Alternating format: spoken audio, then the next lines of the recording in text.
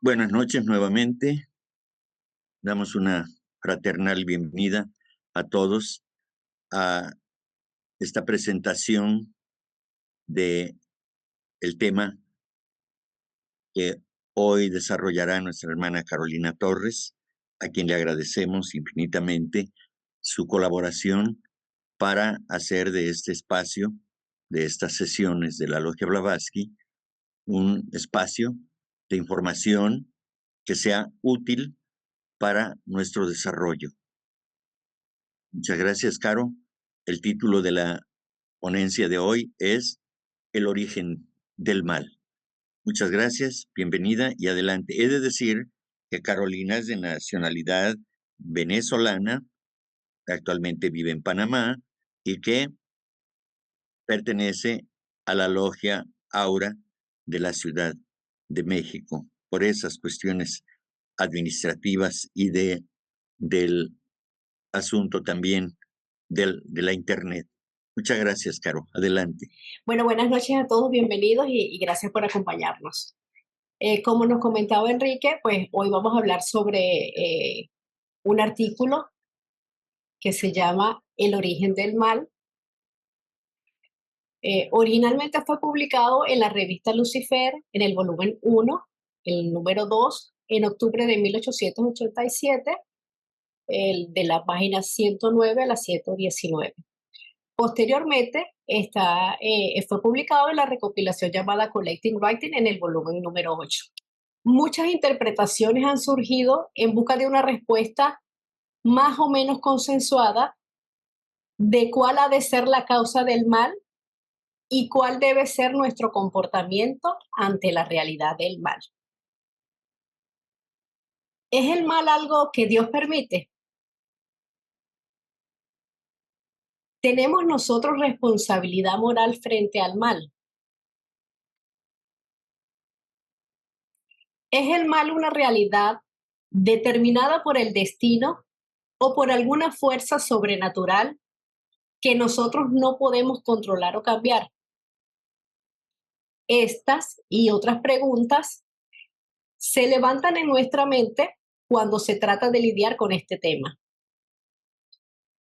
El abordaje de este asunto no deja de tener sus complejidades, en tanto nos cruzamos en el camino con varias vertientes interpretativas que buscan un soporte metafísico. Debemos desaprender para integrar todo y tratar de comprenderlo. Es importante cambiar el modelo que muchos consideramos de él, o sea, del mal. Todos tenemos una referencia, ya sea por educación, por religión, por cultura, etc. Lo que vamos a plantear acá quizá va en contra de nuestras ideas. Es posible que no coincida con ellas, pero no lo rechacemos. Tratemos de entenderlo sin opiniones preconcebidas. La verdad hace a la gente libre. Epicuro fue un filósofo griego que vivió entre los años 341 y 271 a.C. Fue el primer escritor que expresó el problema del mal en forma de un dilema. Él dijo: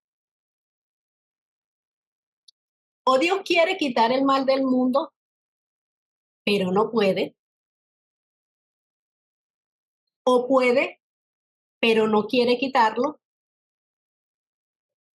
o no puede ni quiere, o puede y quiere. Si quiere y no puede, es impotente. Si puede y no quiere, no nos ama. Si no quiere ni puede, no es el Dios bueno y además es impotente. Si puede y quiere, y esto es lo único que como Dios le cuadra, ¿de dónde viene entonces el mal real y por qué no lo elimina? ¿Cómo explicamos que el ser humano tenga faltas y fallas? Si se supone que viene de un Dios omnipotente, que todo lo puede, omnisciente, que todo lo sabe, ¿De dónde surge la idea del mal, del diablo, de Satanás? En el Antiguo Testamento, Satanás era el que ponía a pruebas a las personas para saber qué tan buenas eran. Trabajaba para Dios. El mal es para poner a prueba a las personas, probar su fe en Dios. Esto desde el punto de vista cristiano o católico. La idea del mal o sufrimiento es una prueba. El problema es que el que no pasa las pruebas tendrá un castigo que es el infierno eterno. Lo que nos lleva a pensar, si nosotros, siendo imperfectos, a nuestros hijos les otorgamos castigos educativos acordes a la falta, ¿cómo podemos adjudicarle a ese Dios bondadoso castigos eternos? Retomando los cuestionamientos de Epicuro, ¿por qué Dios permite el mal siendo omnipotente? Si Él es perfecto, ¿por qué creó al hombre imperfecto? ¿Quiere decir entonces que no es omnipotente? O si pudiéndolo hacer perfecto, no lo quiso hacer, pues entonces no es puro amor. ¿Por qué permitió que el sufrimiento existiera? Una de las muchas justificaciones es que necesitamos el libre albedrío para poder equivocarnos y experimentar. Si es omnisciente, si todo lo sabe, pues también ya sabe si un alma va a ser buena o mala. Como Él la creó, pues ya sabe que el alma va a ir, qué alma va a ir por el buen o por el camino errado.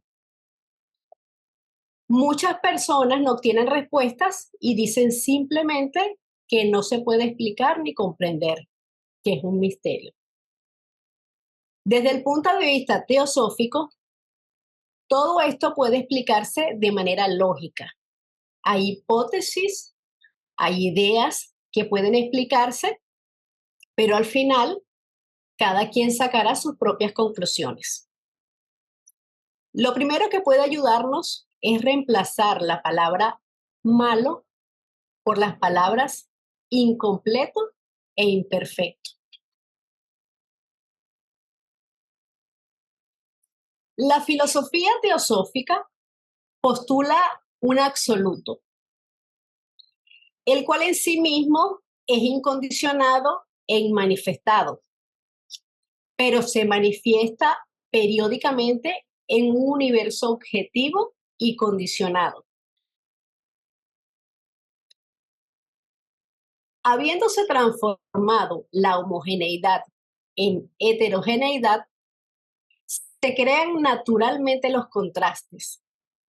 De ahí nació lo que llamamos el mal.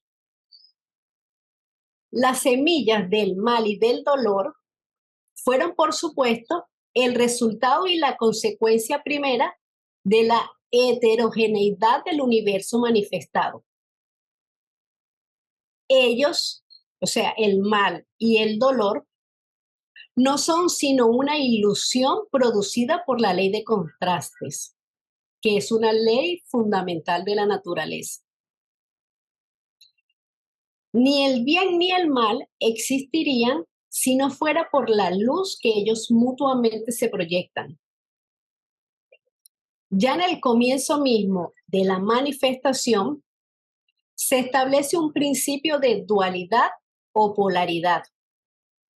Por lo tanto, todo lo que existe tiene su opuesto, no en un sentido independiente, sino en términos de relación.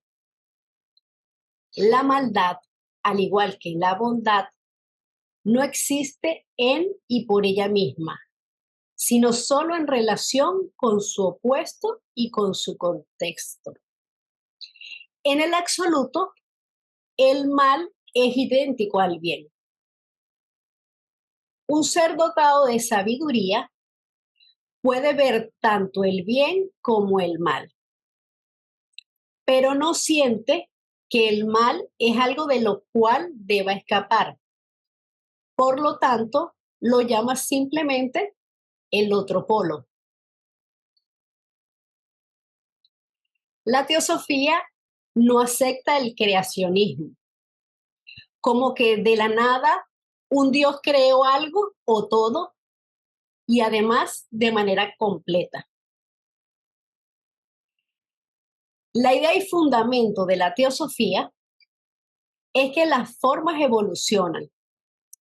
Por ende, no se pueden crear cosas perfectas. Así como una flor o un árbol comienzan en semilla y van desarrollándose y evolucionando, del mismo modo sucede con el alma. Desde el punto de vista evolutivo, la maldad viene de la falta de desarrollo, de un crecimiento incompleto. La sabiduría antigua dice que el mal es simplemente el conflicto de voluntades de los seres en desarrollo, una inevitable y necesaria fase de la evolución. Definimos como el bien o el mal a ciertos sucesos que nos parecen a nosotros o a la actual civilización como agradables o desagradables. Hay cosas o acciones que son claramente malas para algunos, mientras que para otros, pues creen que están haciendo el bien o la voluntad de algún Dios.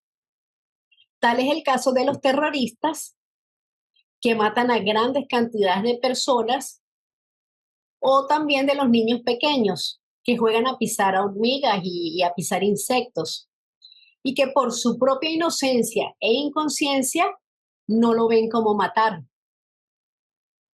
Otro ejemplo es cuando tenemos niños pequeños. Ellos demandan toda nuestra atención y está bien que sean el centro de nuestra atención en esa etapa. Pero cuando son adolescentes o adultos, esta acción ya no es buena, sino mala. Así que las circunstancias, la moralidad, la cultura y el estadio influyen en la determinación del bien o del mal. Tener esclavos ahora está mal visto, antes no, igual que matar. En la actualidad es malo matar, pero antes los duelos eran una cuestión honorable. O sea, allí cambia el contexto y cambia la cultura. Si se mata en una guerra, los soldados son recibidos como héroes porque lo hicieron por honor a su patria. Allí cambia el estadio. Otro ejemplo puede ayudar. El egoísmo existe. A veces las personas actúan en lo que ellas consideran que es su propio interés, sin considerar el bienestar de nadie más. Eso es egoísmo. Ahora nos preguntamos, ¿el egoísmo es bueno o es malo? La respuesta es depende. Volvemos al ejemplo del niño. Nos preguntamos, ¿un bebé es egoísta? Este demanda ser alimentado cuando está hambriento, sin importarle la comodidad o la conveniencia de sus padres, sea que ellos estén durmiendo, cansados, ocupados o enfermos. Entonces nos volvemos a preguntar, ¿es malo el egoísmo en el niño? Claro que no. Es normal y además vital y esencial para su supervivencia. Pero si el niño crece y tiene 14 o 21, 35, 60 años y es todavía tan egoísta como cuando tenía 2 meses, entonces el egoísmo se transforma en algo malo porque es inapropiado. Así puede verse que lo que es bueno en una etapa se torna en obstáculo en otra etapa posterior. Lo que es bueno para un individuo puede ser un estorbo para otro que necesita experiencias de un tipo nuevo y diferente. Según el grado de madurez del alma y de la conciencia, van cambiando nuestros juicios o visión del bien y del mal. A medida que evolucionamos, aprendemos.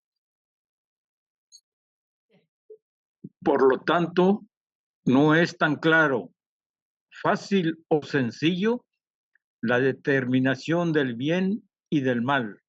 Gracias, Andrés. Sí, Esta sí, la ver, gracias. Esta diferencia de creencias significa que no hay modo de distinguir el bien del mal. No, de ninguna manera. Nosotros, estudiantes de teosofía, decimos que bien y armonía son sinónimos, así como mal y falta de armonía también lo son. Además, sostenemos que todo dolor y todo sufrimiento son el resultado de la falta de armonía y que la causa de esa perturbación es el egoísmo en una u otra forma. Por consiguiente, la ley del karma devuelve a cada hombre las consecuencias precisas de sus propios actos, sin tener en cuenta para nada su carácter moral. Recibe lo que merece. El hombre tendrá que expiar todos los sufrimientos que haya causado exactamente del mismo modo que recogerá los frutos de la felicidad y armonía que haya contribuido a producir. El mal es una infracción de las leyes de armonía que rigen el universo y su penalidad debe recaer sobre el violador mismo de aquellas leyes. Ningún hombre puede comportarse mal sin infundir desarmonía, sin pagar esas consecuencias. Esto no es venganza ni castigo. La naturaleza reajusta el equilibrio que se perturbó o la desarmonía. El bien y el mal dependen del grado de evolución. El bien es aquello que trabaja de acuerdo a la voluntad divina y a la evolución del universo y que nos lleva hacia la perfección. El mal es lo que retarda o impide la realización de los designios divinos. En la separatividad es en donde reside en verdad la esencia del mal.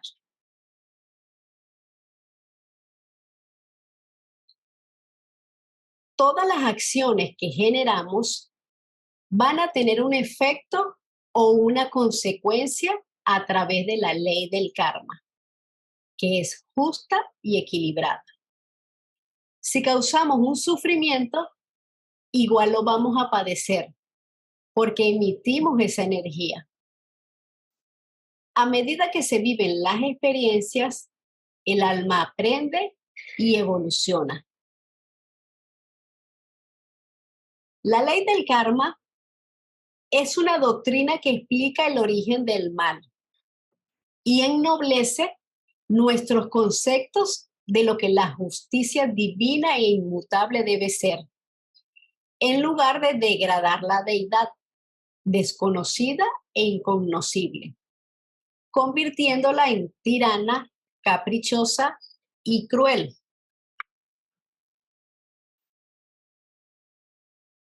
Retomando la opinión teosófica, el bien es aquello que está en armonía con el propósito evolutivo, aquello que ayuda al hombre en su jornada hacia adelante. Y el mal es aquello que es todo lo contrario. Así que el mal es el uso inadecuado que se haga de las facultades de la inteligencia y de los poderes divinos inherentes en el hombre. La filosofía esotérica no admite ni el bien ni el mal inherentes como algo que exista independientemente en la naturaleza. La causa de ambos se encuentra en lo referente al cosmos, cosmos con K, que se refiere al universo que está más allá de nuestro sistema solar. Entonces, repito, la causa de ambos, o sea, del bien y del mal, se encuentra en lo referente al cosmos, en la necesidad de los contrarios, sus opuestos.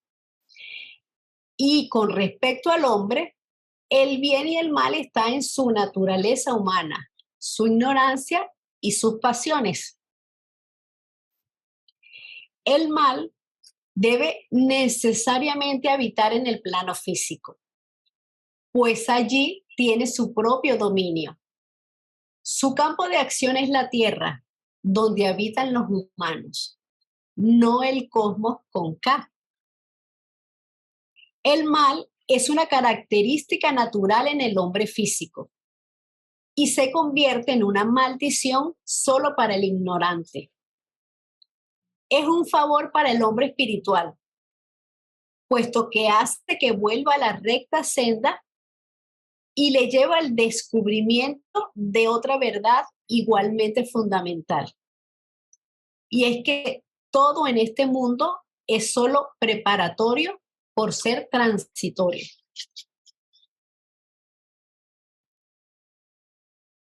Ahora vamos a hablar un poco sobre el significado de Lucifer en la teosofía.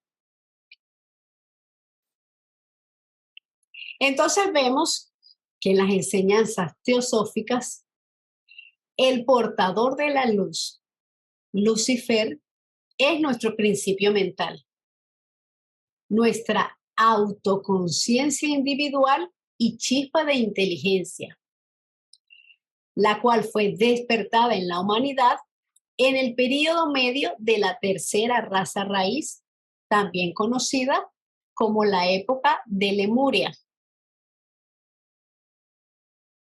La mente, al despertar, generó la lucha por la vida entre lo espiritual y lo psíquico. Lo psíquico es la fuerza que gravita hacia abajo, nuestra naturaleza animal. Y lo espiritual es la fuerza que empuja hacia arriba, que busca elevarse. Es nuestra naturaleza divina, el Dios que somos internamente. Cuando en el actuante queda la más leve huella de egoísmo, no es posible utilizar las energías espirituales porque la intención no es absolutamente sincera. Y por ende, la energía espiritual se transmutará en psíquica, la cual obra en el plano astral. Nuestra mente puede ser Satán, nuestro adversario, o puede ser Lucifer, el portador de la luz. Lucifer es la verdad espiritual para nosotros, el conocimiento que trae nuestra liberación de la ignorancia, incluida la autoignorancia espiritual. Por lo tanto, Lucifer, el espíritu de la iluminación intelectual y de la libertad de pensamiento, es metafóricamente el faro guía que auxilia al ser humano para encontrar su senda a través de las rocas y los escollos de la vida. Pues Lucifer es el logos en su aspecto superior y el adversario en su aspecto inferior. Y ambos quedan reflejados en nuestro ego. Lucifer vino al mundo a despertar al ser humano para que recuerde su origen divino y pueda liberarse del cuerpo o alma en el cual está atrapado. Y ahora queda probado que Satán o el dragón ígneo rojo y Lucifer o el portador de la luz está en nosotros. Es nuestra mente, nuestro tentador y nuestro redentor, nuestro libertador inteligente y salvador de la pura animalidad. Sin este principio, que es una emanación de la esencia misma del espíritu puro divino, Mahat, o la inteligencia, que irradia directamente de la mente divina, no seríamos seguramente más que animales.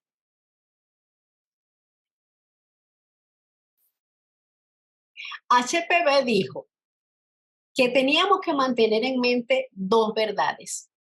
Primero, lo que llamamos malo, es decir, el dolor, el sufrimiento, el prejuicio, el egoísmo, la explotación, sí existe. Nadie puede negarlo. Pero ella también dijo que nada ni nadie es inherentemente malvado.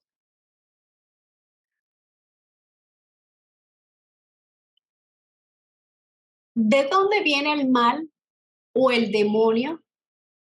Sino de la misma matriz áurea del absoluto. Así pues, o tenemos que aceptar la emanación del bien y del mal, de Agatodaimon y de Kakodaimon, como ramas del mismo tronco del árbol de la existencia, o tenemos que resignarnos al absurdo de creer en dos absolutos eternos. Agatodaimon es una palabra que proviene del griego y significa el espíritu bueno, benéfico. Los ofitas, que fueron una secta gnóstica que se desarrolló alrededor del año 100 en Siria y en Egipto, creían que la humanidad poseía poderes que podían ser liberados. Estos ofitas daban el nombre de Agatodaimon a logos y sabiduría divina. Agatodaimon representa a Atma, a Buddhi y a Mana superior. Representa también los atributos de la divinidad, las ideas sobre virtudes como el amor, la compasión, la justicia, que están en nuestro interior. Por eso debemos enfocarnos y gravitar hacia arriba, hacia el ego espiritual, hacia el Dios interno. Kakodaimon es también una palabra que proviene del griego y significa el genio del mal, en contraposición a Agatodaimon, el genio del bien o la deidad. Es un término gnóstico. Agatón también proviene del griego, significa la divinidad suprema de Platón. Literalmente, lo bueno, nuestro alaya o alma universal. Daimon fue un término que fue aplicado por los pueblos antiguos y especialmente por los filósofos de la escuela de Alejandría a toda clase de espíritus, buenos o malos. Daimon es Deus inversus, es un axioma cabalístico proveniente del latín. Literalmente, el demonio es Dios invertido, lo cual significa que no hay mal ni bien considerados en absoluto. sino que las fuerzas que crean el uno, crean el otro, según la naturaleza de los materiales que encuentran y sobre los que obran dichas fuerzas. Demón es Deus inversus, encuentra su corroboración metafísica y teórica en la naturaleza dual manifestada, y su aplicación práctica se encuentra solamente en la humanidad.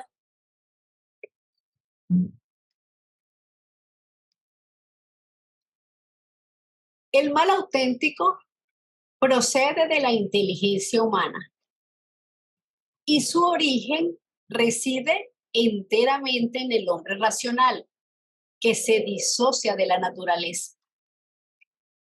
La humanidad es, por consiguiente, la única y verdadera fuente del mal. El mal es la exageración del placer, hijo de la codicia y del egoísmo humano. El origen de todo mal, sea pequeño o grande, está en la acción humana, en el hombre, cuya inteligencia lo hace el único agente libre de la naturaleza. No es la naturaleza la que crea enfermedades, sino el hombre. La misión del hombre y su destino en la economía de la naturaleza es morir de muerte natural en la vejez, exceptuando los accidentes. Ni un salvaje ni un animal libre mueren de enfermedades. El alimento, las relaciones sexuales, el beber, son todas necesidades naturales de la vida, pero el exceso en ellas trae la enfermedad, la miseria, el sufrimiento mental y físico. Todo esto, pues, el alimento, la riqueza, la ambición y mil otras cosas más, se convierte en la fuente y causa de enfermedades, de infelicidad y de sufrimientos humanos, en general del mal. Vivimos en una atmósfera sombría y de desesperación, pero esto es debido a que nuestros ojos están abatidos y clavados en la tierra, con todas sus groseras manifestaciones físicas y materiales. Si en vez de esto, el hombre, al seguir su viaje por la vida, mirara no hacia el cielo, lo cual es solo una expresión del lenguaje, sino dentro de sí mismo, y centrara su punto de observación en el hombre interno, entonces escaparía pronto de los anillos de la gran serpiente de la ilusión. Su vida, desde la cuna hasta la tumba, sería entonces soportable y digna de vivir, aún en sus peores fases. Por consiguiente, no se debe culpar ni a una deidad imaginaria, ni a la naturaleza como causantes del mal, sino a la condición humana envilecida por el egoísmo.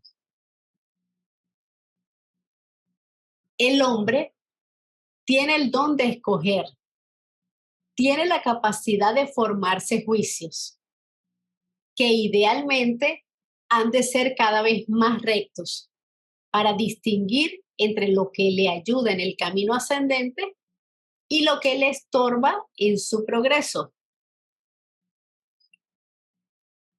El verdadero hombre, como ser físico, es el vehículo del mal, es el diablo. Y como ser espiritual, el hombre es el vehículo del bien, es Dios. El hombre es quien ha engendrado y criado al demonio, y le ha permitido desarrollarse en su corazón. Él es también quien ha contagiado al Dios que mora en él mismo, enlazando al espíritu puro con el demonio impuro de la materia. La naturaleza carece de bondad o de maldad. Ella sigue solamente leyes inmutables, ya sea cuando otorga vida y alegría o cuando envía sufrimiento y muerte y destruye lo que ella ha creado. La naturaleza tiene un antídoto para cada veneno y sus leyes una recompensa para cada sufrimiento. La mariposa devorada por un pájaro se torna en ese pájaro. Y el pajarillo devorado por un animal pasa a ser una forma superior. Es la ley ciega de la necesidad y el ajuste eterno de las cosas. Y por ende, no puede llamársele mal en la naturaleza. El mal no tiene existencia per se. No es más que la ausencia del bien. Y existe solo para aquel que es su víctima.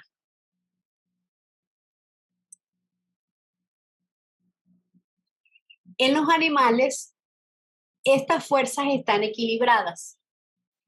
Generalmente, ellos solo son agresivos cuando tienen hambre o se sienten amenazados. Pelean por territorio, por pareja o por comida, y allí termina la lucha, con algunas excepciones como las mascotas. En el caso de los humanos, tenemos la mente que se siente ofendida, que crea venganza, ambiciones. Exageramos algo que nos causa placer, cosa que no sucede en el reino animal. La moralidad y la espiritualidad son desconocidos en los reinos inferiores al humano, ya que ellos no tienen mente para poder discernir.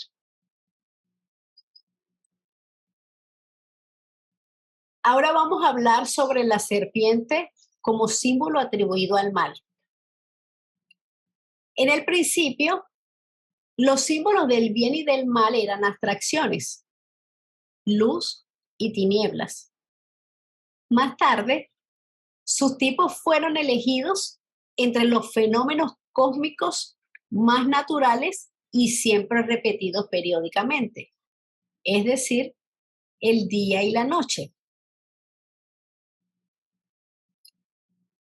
El símbolo primitivo de la serpiente ha representado siempre la sabiduría divina y la perfección. Hermes Trismegisto la llamó el más espiritual de todos los seres. Fue solo a partir de la Edad Media que la serpiente fue convertida en un símbolo del mal y transformada en el demonio. Había cristianos de los primeros siglos, como los egipcios gnósticos o fitas, que los mencionamos anteriormente, que luego injustamente fueron perseguidos a muerte, que tenían a la serpiente como su logo dual, la buena y la mala serpiente.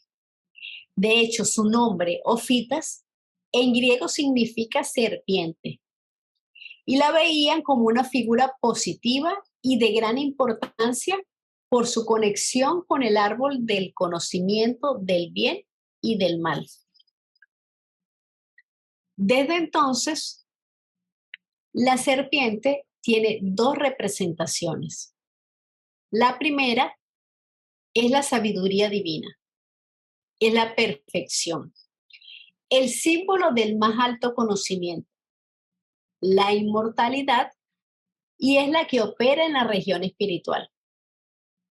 Lo anterior explica por qué en algunas religiones no es un ser maléfico. La segunda representación simboliza el mal, el plano de la materia. La serpiente se va haciendo grosera y densa hasta que se convierte en maya, tentadora y engañosa. Es el pecado que ataca la virtud.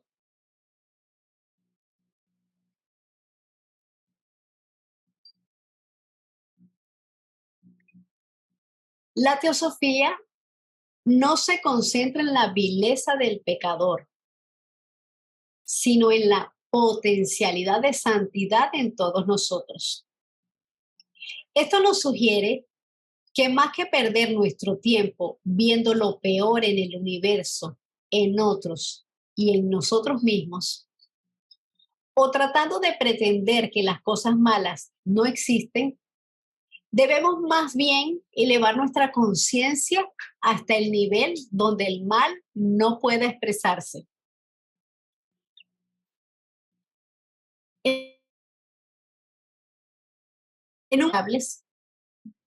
Es posible vivir con una convicción interna que arroje luz a los lugares oscuros y traiga alegría a las vidas tristes.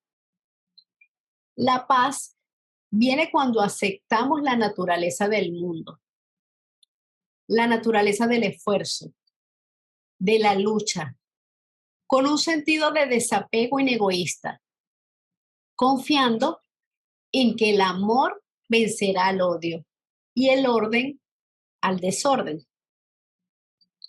El bien y el mal son inmutables, son caras de la misma moneda y no dejarán de existir mientras haya universo manifestado. Han existido siempre.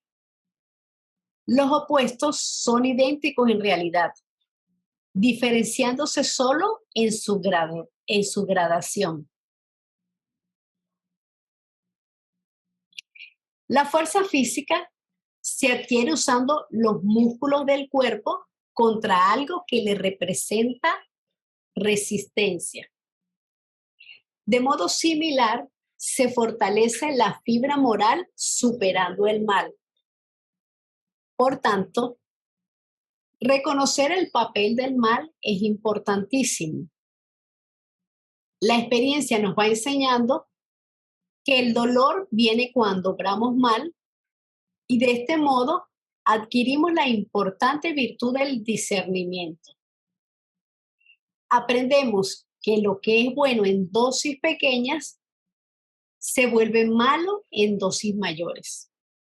El mal es la exageración del bien. La luz y la oscuridad las llevamos adentro, no afuera.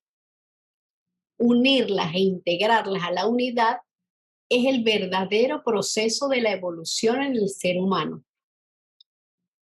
Los que caen en los principios inferiores de la materia se convierten en los hijos de la tiniebla. Apoyarse en energías negativas o en energías ilusorias, como los principios inferiores, nos atrasa en el camino hacia la unidad. El mal es la avidez, la ignorancia, la ambición por vivir de una manera que satisfaga solo nuestros deseos. El conocer o ignorar las consecuencias de actuar y pensar equivocadamente no nos eximirá de padecer esas consecuencias. El mejor remedio para el mal no es reprimir los deseos egoístas, sino transmutarlos en deseos altruistas. Estamos en la mitad de nuestra evolución, la cuarta ronda. ¿Cómo? Como comentamos antes, no se puede crear algo perfecto. Vamos creciendo y evolucionando. Esta evolución la podemos realizar a través del dolor o a través de la sabiduría.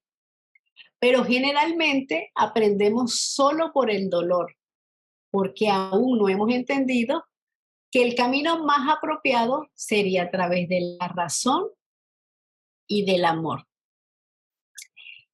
En nuestra etapa actual de evolución, lo bueno es aquello que está acorde con una progresión desde la materialidad, la inconsciencia y la separación hacia la espiritualidad, la conciencia y la unidad.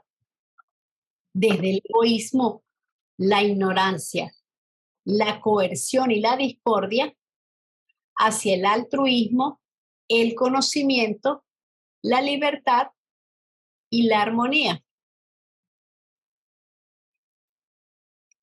Por medio de la experiencia del dolor, aprendemos muchas cosas. El dolor es un estímulo a la actividad, porque nos hace esforzarnos para eliminar lo que lo causa. De ahí que también sea purificador. Este dolor no es un castigo, sino el efecto de una causa. Podríamos preguntarnos si una persona asesina puede cambiar en una sola vida y volverse un discípulo. Pues no. Es difícil que esa persona en una sola y corta existencia en la tierra pueda elevarse al perfecto conocimiento divino. La reencarnación es, por lo tanto, una necesidad natural y cuando se le entiende correctamente, podemos también entender las ideas respecto al mal. Todos hemos caído en los placeres, en los excesos, pero poco a poco hemos intentado salir buscando un equilibrio, haciéndonos conscientes, respetando cada vez más nuestra propia naturaleza. La evolución nos llevará al despertar de esa conciencia que nos hace ver más allá de mí mismo, de mi familia, de mis amigos, buscando el bienestar de todos. La sabiduría oriental enseña que el espíritu debe pasar por la encarnación, experimentar la materia, antes de poder alcanzar el conocimiento. Solo después de esto puede alcanzar por esfuerzo propio la autoconciencia y así retornar a su condición original, la de un Dios. La evolución a través de la experiencia nos enseña en qué parte queremos vibrar, en la luz o en la oscuridad. Y las oportunidades son las encarnaciones. Cuando estamos en el cuerpo y plano físico, es difícil cambiar y crecer, pero el alma al desencarnar sintetiza las experiencias. En cada vida va aprendiendo y evolucionando, padeciendo los efectos de las causas de las vidas anteriores. El dolor es nuestro maestro, nuestro instructor. Sufrimos y nos preguntamos, ¿por qué a mí? Tenemos la idea de que es malo o injusto, porque lo estamos viendo a través del dolor o a través del placer. Y son simplemente experiencias, parte del crecimiento. Esto puede que no sea ni malo ni injusto, sino importante en el crecimiento del alma. El mal está condenado a autodestruirse y eventualmente producirá un bien, un aprendizaje de lo que no hay que hacer. Este proceso puede tardarse poco o mucho tiempo. Todas las entidades que se dedican a sostener las vibraciones bajas, la separación, lo que va en contra de la unidad universal, vibran en discordancia con el todo. Por ley de evolución, lo que es malo o está en desarmonía, por más fuerte que parezca, contiene el germen de su propia destrucción. Mientras que lo bueno encierra la semilla de la inmortalidad. Todo lo malo es discordante y va en contra de la ley cósmica. y por lo tanto, antes o después, será destruido por esa misma ley. Por el contrario, lo que está en armonía con la ley será acogida por ella. Para lograr el conocimiento del espíritu, es requisito indispensable la pureza de corazón, que puede alcanzarse por dos medios principales. El primero, desechando persistentemente todo mal pensamiento. Y el segundo, manteniendo el ánimo sosegado en toda circunstancia, sin jamás agitarse ni irritarse por nada. Estos dos medios de purificación reciben su mayor estímulo de la devoción y la caridad. No hemos de desmayar en nuestros esfuerzos, aunque nos sintamos todavía impuros. Que cada cual aspire a la pureza y se esfuerce en alcanzarla por el recto camino cuya primera etapa es la pureza de corazón. Para finalizar, tenemos un pensamiento del señor Siddhartha Gautama, el señor Buda. El mal nos llena de deudas a pagar. El bien libera y redime. Huye del mal, sigue el bien. Gobiérnate a ti mismo. Este es el camino. Bueno, muchas gracias. Gracias a ti, Caro. El término que yo puedo expresar solamente es excelente. Desde la organización, la estructuración de la presentación y, desde luego, la presentación misma de tu parte, por lo cual agradezco esta exposición tan clara, tan llena de datos que nos aclaran fundamentalmente el origen del mal, tal como lo expresa el artículo elaborado por la señora Blavatsky, precisamente para que hoy podamos tener una comprensión más precisa acerca de qué es y de dónde procede este llamado mal. Muchísimas gracias nuevamente y quiero agregar, como siempre lo hago, algunos asuntos más. He de decir también que parte del contenido de este artículo que escribió la señora Blavatsky está también contenido en la Carta 10 de los Mahatmas. ¿Sí?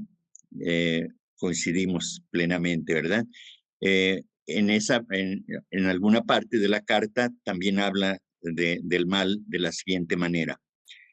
La ambición, el deseo de asegurar la felicidad y la comodidad de aquellos que amamos, obteniendo honores y riquezas, son sentimientos naturales, loables, pero cuando estos transforman al hombre en un tirano ambicioso y cruel, en un avaro, en un ególatra egoísta, traen sufrimientos indecibles a los que están a su alrededor, tanto a las naciones como a los individuos. Todo esto entonces, el alimento, la riqueza, la ambición y mil otras cosas más que tenemos que dejar de mencionar, se convierten en el origen y causa del mal, sea por su abundancia o por su ausencia. Conviértete en un glotón, un libertino, un tirano y serás el causante de enfermedades, de sufrimientos humanos y de miseria. Carece de todo esto y te morirás de hambre, siendo despreciado como un don nadie, y la mayoría del rebaño, tus semejantes, harán de ti un desdichado para toda tu vida. Y ahora, teniendo debida cuenta de aquellos males que son naturales y que no pueden evitarse, y son tan pocos que reto a toda la hueste de los metafísicos occidentales a llamarlos males o a probar que provienen directamente de una causa independiente. Señalaré la causa más grande y principal de casi 2/3 de los males que acosan a la humanidad desde que esa causa se convirtió en un poder. Y esta es la religión, bajo cualquier forma y cualquier nación. Es la casta sacerdotal, el clero y las iglesias. Es en esas ilusiones que el hombre considera como sagradas en donde tiene que buscarse el origen de esa multitud de males que son la gran maldición de la humanidad y que casi agobian al género humano. La ignorancia creó a los dioses y la astucia se aprovechó de la oportunidad. Observa a la India y mira a la cristiandad y al islam, al judaísmo y al fetichismo. Es la impostura sacerdotal la que hizo a estos dioses tan terribles para el hombre. Es la religión la que hizo a estos dioses, y que hace de él el egoísta intolerante, el fanático que odia a toda la humanidad, que está fuera de su propia secta, sin por ello se vuelva mejor o más moral.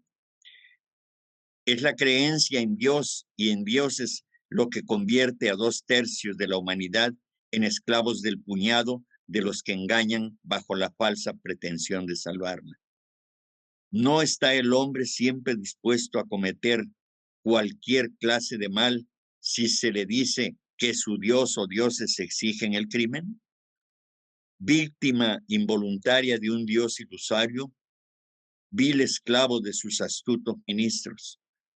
El campesino irlandés, italiano, eslavo, pasará miseria y verá a su familia morir de hambre y andar desnuda para poder alimentar y vestir a su padre, sacerdote y papa. Durante 2000 años, la India ha gemido bajo el peso de las castas, mientras solo los brahmines se alimentaban de lo mejor de la tierra, y hoy en día los seguidores de Cristo y los de Mahoma se degüellan mutuamente en nombre y para mayor gloria de sus respectivos mitos.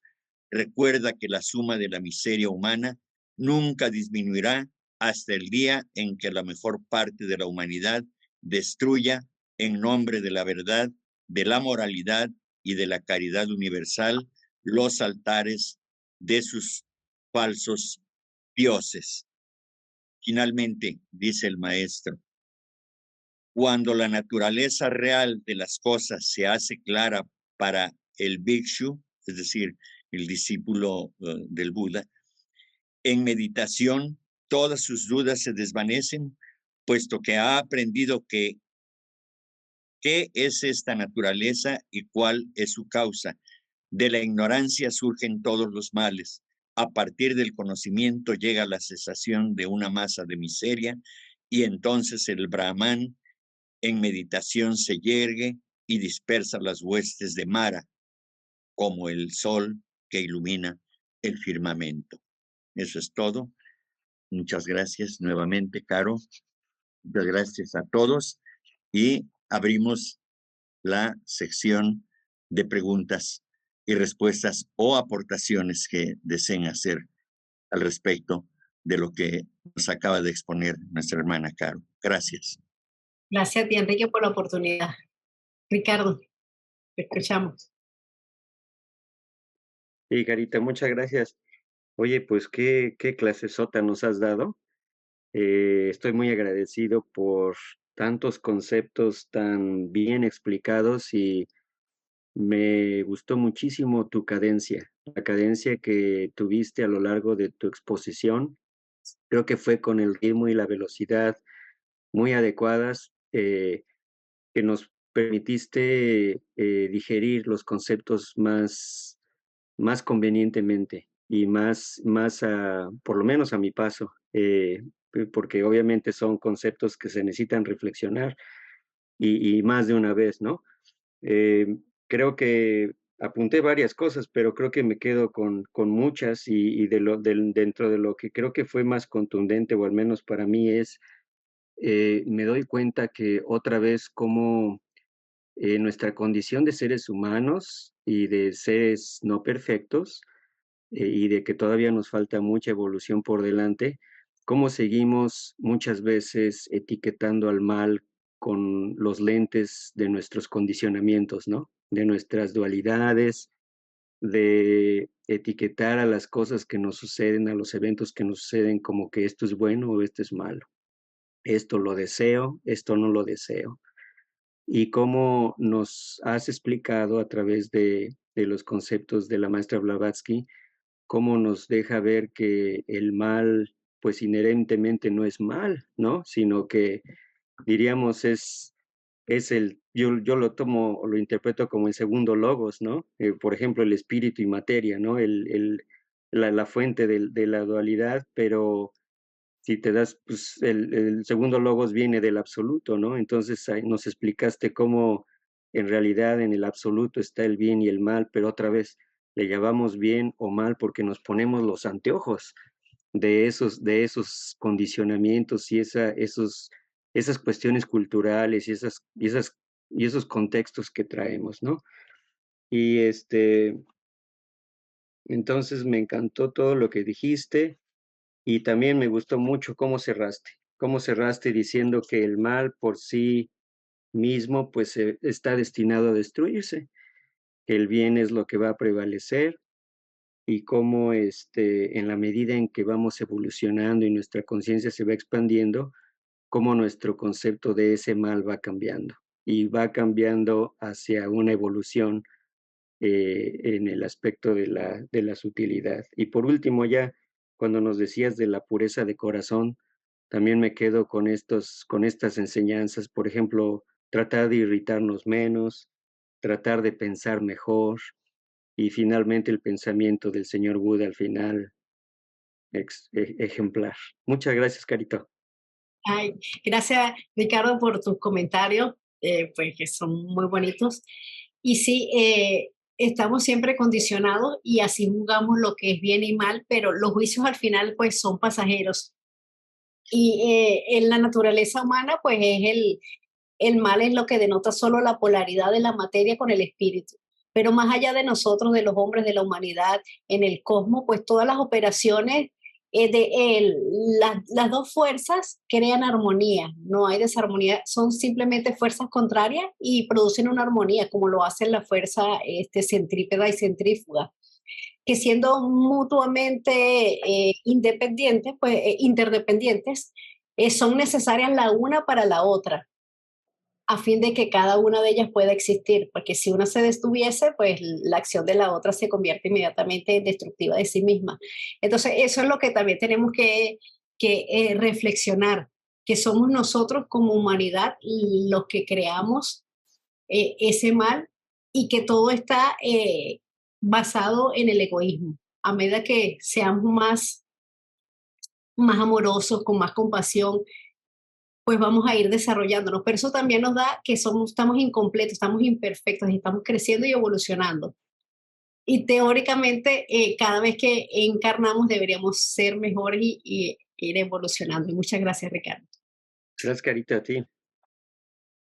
Diríamos que el mal es una necesidad que debemos valorar para poder trascender, porque es la fuerza que nos impulsa, porque en cada encarnación viene el sufrimiento, viene el dolor producido por el mal que nosotros mismos nos hemos ocasionado, pero eso nos da la capacidad de comprender que es necesario trascender ese estado para poder alcanzar la perfección. Claro que eso está muy lejos, por lo menos la armonía en lo que podamos comprender como tal y llevarla a cabo. Gracias. Adelante, Andrés, por favor. Sí, gracias, Enrique. Pues nada más para felicitar a Carolina por su brillante exposición, muy interesante.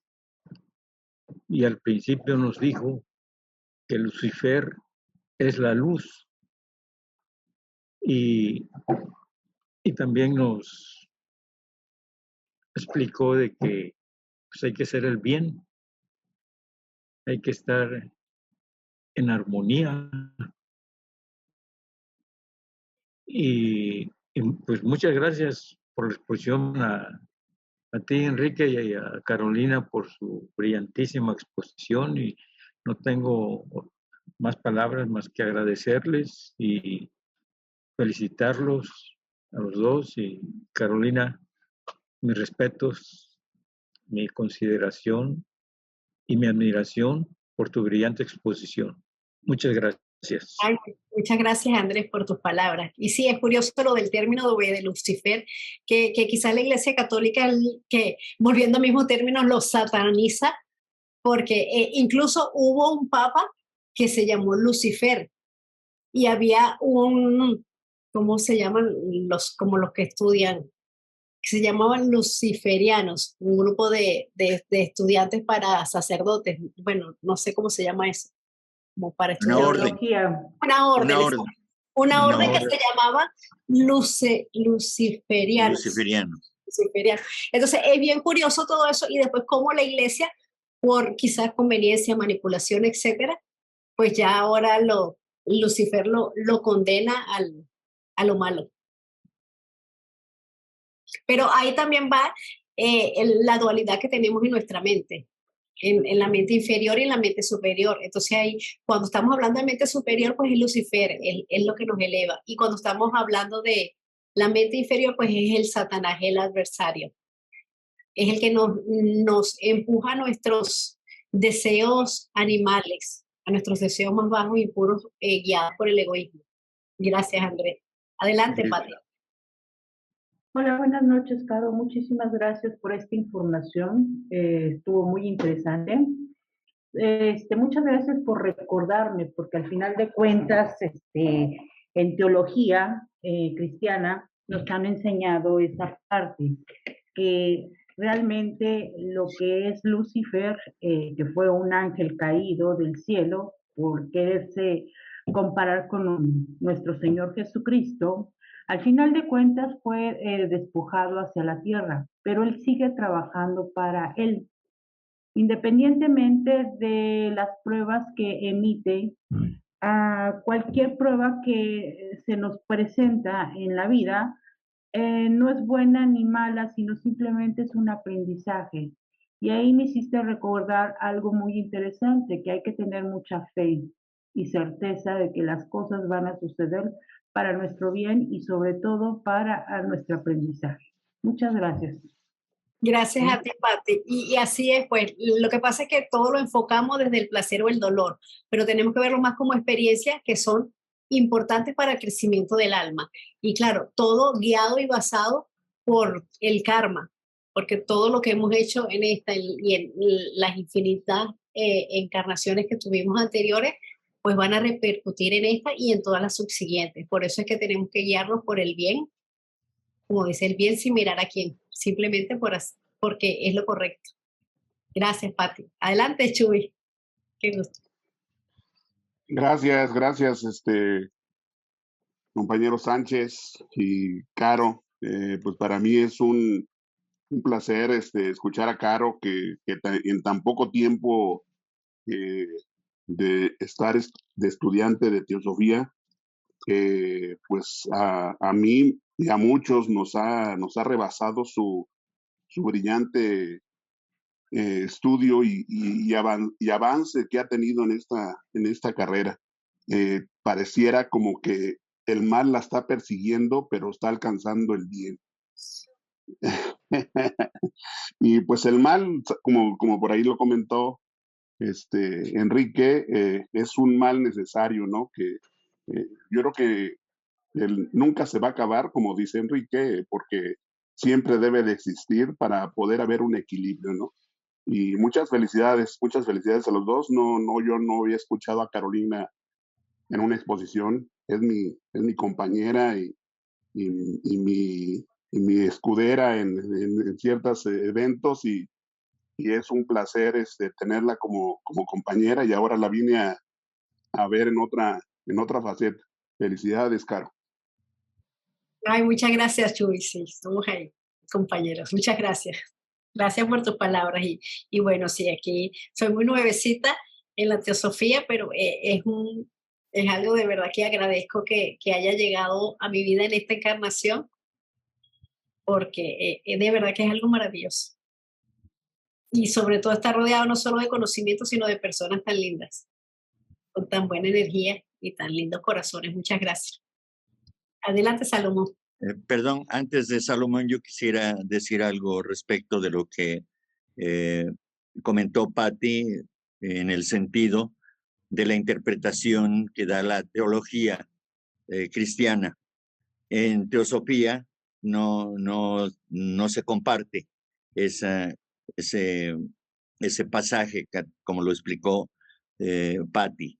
En teosofía se dice, ya se ha dicho, pero Lucifer es el portador de luz de nuestra tierra, tanto en el sentido físico como en el místico. En la antigüedad y en realidad, Lucifer o Luciferos es el nombre de la entidad angélica que preside a la luz de la verdad, lo mismo que a la luz del día. Lucifer es luz divina y terrestre. Él está en nosotros, en nuestra mente, es nuestro tentador y redentor, como ya lo habías explicado, ¿no? Pero no habla de esa rivalidad o de ese querer ser más que el Señor Jesucristo, ¿no? Habla de la concepción de ser el portador de esa luz, de la luz de la verdad, solamente. Gracias. Ahora sí, adelante, Salomón. Sí, bueno, pues Enrique, también muchas gracias por el programa y por tus siempre muy válidas expresiones y ayuda que nos das. Y pues en esta ocasión y siempre he admirado mucho a Caro. En realidad, como ya sabemos que no tiene mucho tiempo en teosofía, pero siempre está puntual, siempre está ayudando en todo lo que puede. La verdad es que es una persona que realmente es muy brillante y pues yo estoy muy sorprendido de su avance, así como lo expresó Chu y otras personas. Y realmente, Caro, muchas felicidades. Te felicito realmente porque vas increíblemente rápido y muy bien. Y tus expresiones siempre nos van a ayudar. Bueno, a mí siempre me ayudan porque tienen mucha sabiduría. Y pues, Caro, ¿qué te puedo decir? Te deseo que avances así como vas y que nos enseñes mucho a todos. Muchas felicidades y muchos saludos a Daniel, que también está por ahí siempre el pendiente. Ay, Chao. qué lindo. Gracias, Salomón, por tu palabra. No, aquí estamos todos aprendiendo y todos para aprender. Y pues para colaborar en lo que se pueda. Muchas gracias. Muy bonitas tus palabras. Me pegan al corazón. Gracias. No, para nada las mereces. Gracias. Gracias. Deseo agregar algo más con respecto a lo que comenta Salomón y también Chuy. Yo creo que así como cuando hay personas que tienen facilidad para comprender la estructura de un idioma que no es su lengua materna, es porque ya se ha vivido esa experiencia. Y en el caso de Caro, he de decir algunas cosas que son importantes, yo creo. Todos la conocemos y yo en la experiencia que he tenido con ella es en el sentido de que es una persona comprometida con la causa, interesada desde luego en los temas, es estudiosa y tiene un nivel de comprensión que es producto de una atenta, eh, expresión, un estado de conciencia en el que aborda el estudio con seriedad. Eso es todo, eso es lo que nos hace falta a la inmensa mayoría. No estudiamos, no somos atentos, solamente leemos y no es lo mismo leer que estudiar. Hay que leer entre líneas, hay que tratar de comprender cada término, su sentido, su riqueza, la profundidad, etcétera. Y entonces eso habla. Yo creo que Caro, ciertamente, pues es un alma pues evolucionada, diremos, en ese sentido, de que lo demuestra por el nivel de responsabilidad que tiene. Y su participación, además, es muy generosa, muy altruista, siempre está dispuesta a ayudar. en esta causa, en estos proyectos, en estos programas, y eso habla de que tiene un estado de conciencia que está por encima de muchos de nosotros en ese sentido, porque acepta con agrado las responsabilidades que asume y que siempre está disponible en tiempo y en esfuerzo, en disponibilidad en ese sentido. Gracias, Caro. Y gracias a todos por sus consideraciones. En lo que a mí respecta, pues también agradezco sus expresiones. Yo trato de ofrecer lo mejor, desde luego. Sé que cometo errores a veces y demás, pero estoy contento con ustedes porque sé que me perdonan. Ahí salta la parte egoísta de mi parte, ¿sí? Tengo confianza en que ustedes comprenden que no soy sabio y que a veces suelo equivocarme, o no a veces, sino cotidianamente voy cometiendo algunos errorcillos por ahí, pero también son llenos de amor, aún así. Sí. Gracias, Rosy, por favor.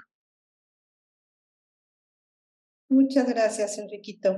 Bueno, primeramente, Carito, no hay palabras. Yo te he dicho que tú eres una gran máster, espectacular y magistral tu clase. Estaba yo sin respirar. Te agradezco infinitamente. Abriste muchos surcos en mi mente y es una clase digna de estudiarse 10 veces. Eres una gran máster, lo explicaste precioso. Te quiero mucho. Gracias por este honor de compartirnos tan hermoso. Y fíjate que hay una cosa que yo hace muchos años, ni siquiera lo puedo recordar, estaba yo muy joven, pero se me quedó muy grabado esto de Satán. En una conferencia, no recuerdo, yo era muy jovencita, yo hasta lo anoté y decía que era efectivamente un simbolismo, ¿no? Pero que es una reflexión ese Satán de nosotros. Vamos, me refiero a como un espejo dentro de nosotros y que lo que más desea ese Satán interno es iluminarse, que muchas veces es una fuerza que nos pone los propios obstáculos para que no podamos lograr lo que queremos, pero en el fondo lo que más desea es que nosotros trascendamos, que podamos tener éxito, vamos, que aunque nos ponga esos obstáculos y nos ponga esas barreras, en el fondo quiere que nos esforcemos para poder ¿cómo te diré? Trascenderla, para que podamos tener éxito en lo que hagamos, pero de manera espiritual. Me refiero a que podamos vencernos a nosotros mismos y poder trascenderlo. Ese Satán interno, en cierta forma, no es tan malo, es parte de lo que nos va a ayudar a que nuestro propio Lucifer se ilumine más, ¿no? Algo así me quedó muy claro. Y ahorita con lo que tú compartiste, bueno, pues lo relacioné y pues todos tenemos nuestra polaridad, ¿no? Tanto positiva como negativa, que en realidad no es mala, solamente es polaridad y es una misma cosa en diferente grado. Pero el hecho de comprenderlo internamente y que todo lo que nos cuesta es algo que nosotros tenemos que trascender, pero siempre pensar que sea en bien para todos los seres, para nosotros y para la humanidad. Que toda mejora que hagamos sea siempre para que nosotros en un momento seamos un pequeño farito de luz para muchos y para poder ayudar en todo lo que sea posible con nuestro servicio. Muchas gracias, Carito. Te mando un abrazo y fue hermosísima, hermosísima. Y estoy ansiosa de que la pongas para poder empezar a estudiarla muchas veces. Muchas gracias a todos y gracias a ti, Carito, nuevamente. Un beso muy cariñoso. Gracias, Rosy. Igualmente un beso y un abrazo. Y pues sí, así, a medida que nosotros vamos evolucionando, pues también vamos empujando a los que vienen detrás de nosotros. Que no, lo que hacemos no es solo por nosotros, es también por nuestros hermanos menores, por todos.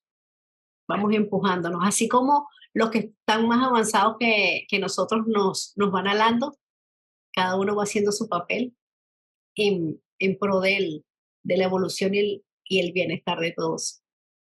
Muchas gracias. Yo quisiera agregar algo respecto del concepto de Satán, y lo voy a leer del glosario teosófico, porque se degrada mucho, digamos, entre comillas, personalidad de esta gran luz que es Satán.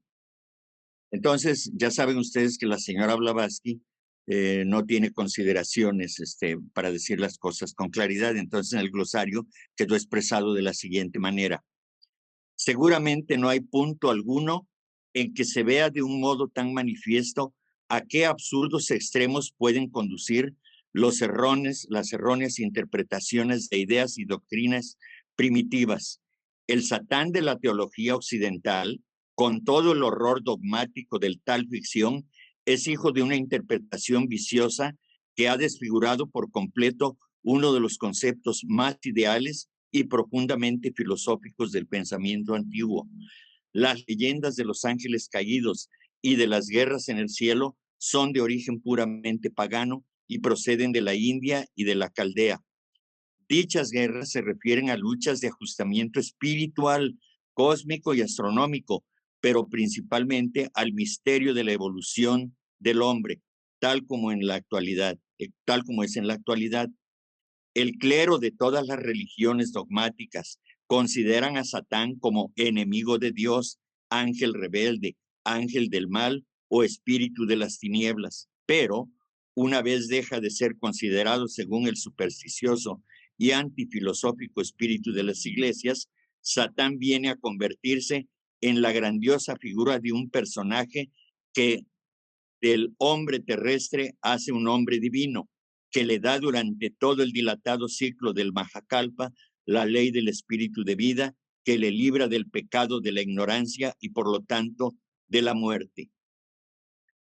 Luego dice, para abreviar, el Logos es sabiduría, pero al mismo tiempo como adversario de la ignorancia. Es Satán y Lucifer. Satán es el verdadero creador y bienhechor, el padre espiritual de la humanidad, el heraldo de la luz, el brillante Lucifer que abrió los ojos del autómata creado por Jehová y confirió al linaje humano la inmortalidad espiritual.